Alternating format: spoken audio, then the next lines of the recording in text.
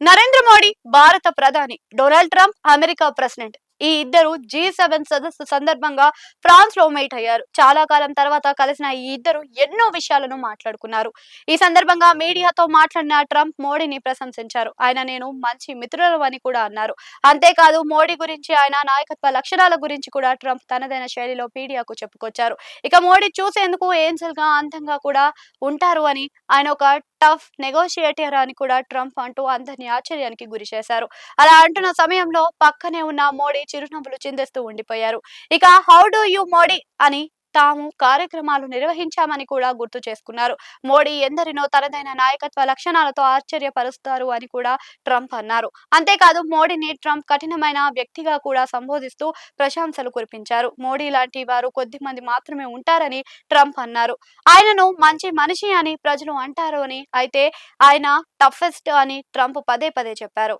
తనకు భారత ప్రధాని మోడీ అంటే అపారమైన గౌరవం ఉందని అన్నారు. ఇక తాను అమెరికా అధ్యక్షుడిగా ఉన్నంత కాలం ఇండియాకు వైట్ హౌస్ లో ఒక గొప్ప స్నేహితుడు ఉంటాడని కూడా ట్రంప్ చెప్పడం విశేషం.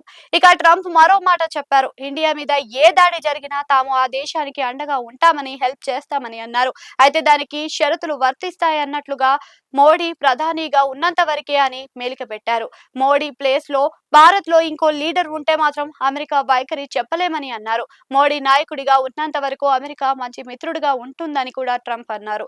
హార్మోజ్ జలసంధి సమీపంలో జరిగిన దాడిలో 3 భారతీయ నావికులు చనిపోవడం గురించి విన్నాను అని కూడా ట్రంప్ అన్నారు.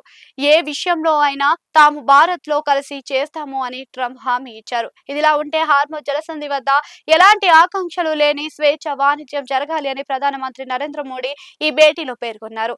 ఫ్రాన్స్ లో జరుగుతున్న G7 సదస్సులో భాగంగా అమెరికా అధ్యక్షుడు డొనాల్డ్ ట్రంప్ లో ప్రధానమంత్రి సమావేశం అయినప్పుడు కీలక వ్యాఖ్యలు చేశారు. హార్మోజ్ జలసంధి వద్ద వేలాది మంది భారత నావికుల భద్రతే తమకు ముఖ్యమని, వారికి రక్షణ కల్పించాల్సిన అవసరం ఉందని తెలిపి, పశ్చిమ ఆసియాలోని శాంతి కోసం అమెరికా అధ్యక్షుడు డొనాల్డ్ ట్రంప్ కృషి చేశారు అని మోడీ అన్నారు.